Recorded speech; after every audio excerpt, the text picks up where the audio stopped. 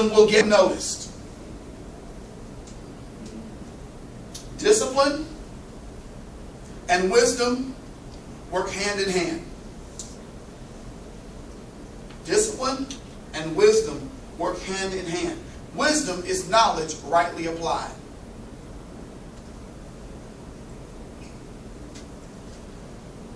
To know a whole bunch doesn't mean much if you don't apply it properly. There's a lot of smart idiots out there. That's reality. There's a whole lot of smart idiots out there. They have knowledge, but they don't have wisdom because they've not properly applied. Watch this, and let me add something else to that. Wisdom is knowledge rightly applied in the right situations at the right time. Smart people that make dumb decisions. There you go. There you go. We've got to learn to make the right decisions at the right time, and that's what wisdom is. Wisdom is the principal thing. It's one of the core things that we've got to get for our lives. Wisdom. And here's why I say that wisdom will get you noticed. Because if you learn to develop wisdom in your life, wisdom will cause you to succeed in places and in ways you never thought you could. And other people will notice your success. I'm going to tell you what scares me sometimes, y'all. Really. I was sharing with someone today. I average about 5 to 10 friend requests on Facebook every single day. That scares me. You know why it scares me? Because I run into some of these people on the streets and they say, I follow your Facebook page. I read the stuff that you write on Facebook all the time. People I don't even know. Never met a day in my life until I happen to run into them on the streets. But what happens is they hear about something that's coming out of me from somebody else. And so they see, or either they'll see it on their page and say, well, I need to connect to him. So they connect and they say, I want to read what he's writing. Wisdom will get you noticed. And you may not be asking for it, but it's a part of the potential that's in you. Watch this. You were applying for jobs and trying to do different things, do some things differently. Well, guess what? Wisdom, and even the way you connected with the lady on the phone, wisdom got you noticed. Of course, we know favor was on top of that, but wisdom got you noticed. Because what would have happened if you'd have been on that phone and you didn't know how to handle yourself, you didn't know how to speak properly, you would just give, cutting verbs and vowels, doing all that stuff. What if you were doing that? You may not, the wisdom of that moment may not have been on you to ask the right questions, to do the right things, and you wouldn't have what you have today. Do y'all see what I'm trying to show you? Next point. And the reason why I laughed, tell me your name again. Nadine. The reason why I laughed, because I think I may have told you, or I told Miss Jeanette's class, my favorite movie of all times is The Wizard of Oz. That is my absolute favorite movie, because there's so many life lessons in that movie. Well, here's one. Don't get off the path. Uh-oh. Can I give you a quick interjection before I get to don't get off the path? All right, listen to this, y'all. It's another nugget. It's going to be in my book. Y'all get to get a preview. Watch this. Don't settle for being a big person in a small place. Dorothy was in Munchkinland. When she landed in Munchkinland, right? And when she landed there, she killed the Wicked Witch of the East. Yeah, Wicked Witch of the East. She killed her. House landed on her. And she was celebrated by the people who were smaller than her. It's okay to have your moments of celebration. But be careful that you don't try to live in the place where you landed. Because watch this. Sooner or later, if Dorothy had tried to live in Munchkinland rather than trying to make progress in her life, she'd have figured out real soon that she didn't belong there. How do you know you don't belong there? Because that place was too small for her. Some of you have been on jobs that were too small for you. Some of you are living in housing right now that's too small for you. Time for you to see bigger. Even if it's a journey for you to get there, you got to make the first step to get there. Don't live. Make a resolve. I will no longer live in the place where I landed. Just because circumstances of my life have happened, things have come, I've gone through ups and downs, I've been through a tornado, does not mean that I have to live in the place where I landed. Because sometimes the place where you landed seems good, but it's only good for a moment. It's only good for a season. Then you got to make the move and make the transition. Does that make sense? Now, so then they tell us, so the song of celebration changes, and they say, what next? How do I get back home? Follow the yellow brick road. So what does she take? She takes the first step. Dum, dum, dum, dum. Follow the yellow brick road. Thank you. Dum, dum, dum, dum. Follow the yellow brick road. Before long, it becomes a song. Thank you. You got it.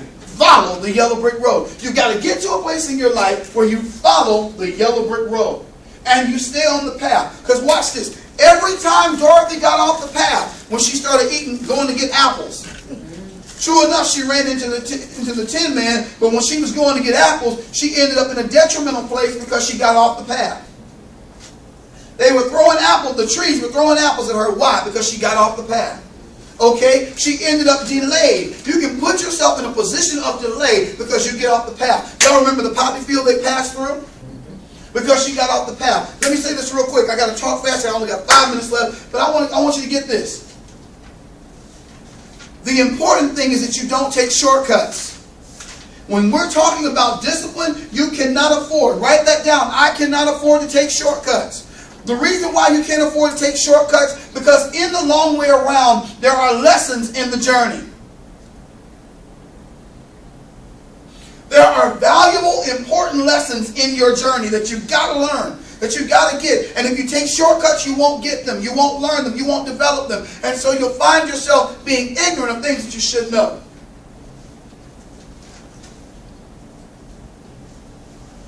Watch this. Write this down. I got to hurry. Goodness. Dorothy's experience taught me 2 things. Number 1, write this down. We can create delays in our journey when we mistake what we want for what we need.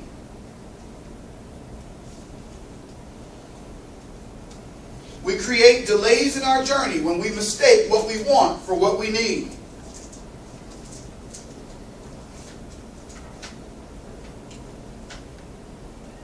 Number 2, when it comes to reaching our goals, shortcuts aren't an option. They're not an option. I wrote this about 1.5 years ago, this little quote, and you can, if you can't get it all right now, we'll get it later. But it says, when you reach a turning point, evaluate the turn and decide whether you are going to go in a new direction or not. Listen to this. When you reach a turning point, evaluate the turn, decide whether you're going to go in a new direction or not. Here's why. Some turns we can't afford to take. Some turns we can't afford to miss.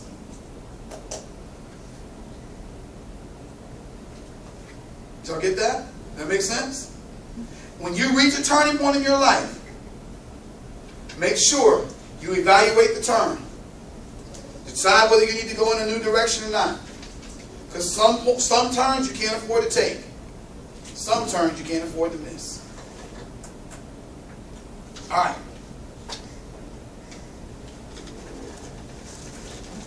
What does experience teach us? Experience teaches us what to keep and what to let go.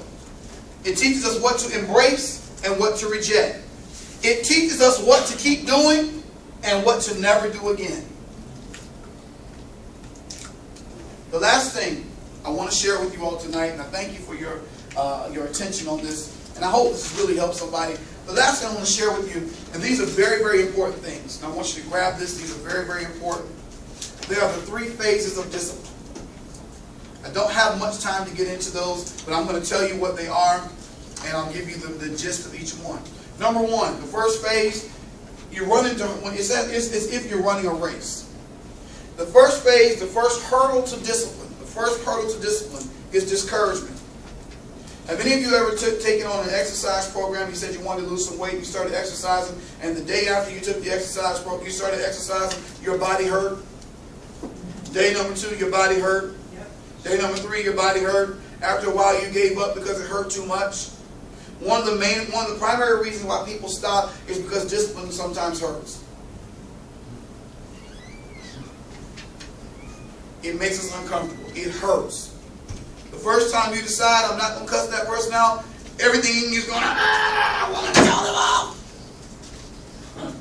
The first time you decide that just because you go to the club and you're not going to try and talk to that girl or that dude, everything in you, because you're used to being that way, says, I want to talk to him or her. But they may not be good for my life. I got to go. And you're walking away going, none of y'all have been there, so y'all understand. So, hurdle number 1, it hurts too much. It's discouragement. Discouraged because it hurts too much. Number 2, disappointment. Watch this. The second hurdle is disappointment. But let me show you something. That hurdle is not as high as you think it is. That's a hurdle that you can actually step over. Let me tell you why. Because when it comes down to disappointment, the reason why we get disappointed is because it's not happening fast enough. That is the second hurdle to our discipline. The second thing that blocks our discipline is the hurdle of disappointment. It's not happening fast enough. Stay the course. Keep going.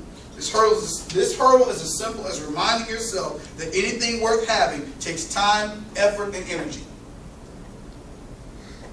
Last one.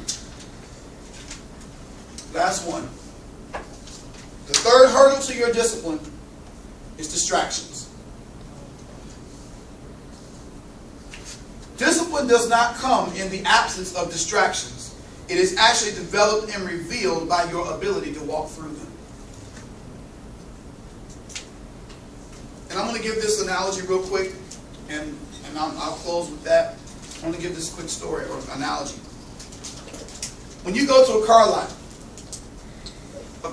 has cars on it, and on the window of the car, there's a sticker that gives you city mileage, gas mileage, highway gas mileage, right? City mileage is usually lower than highway, right? Right. Okay, so here it is. The reason why city driving expends more gas is because you have the energy of the stop and the go. And if you're not careful in your life, it's okay. See, all the forces that are working against you don't mind you stopping and going. It's okay. You stop, you go. You stop, you go. But the danger of being a stop and go person is you can quickly run out of gas. So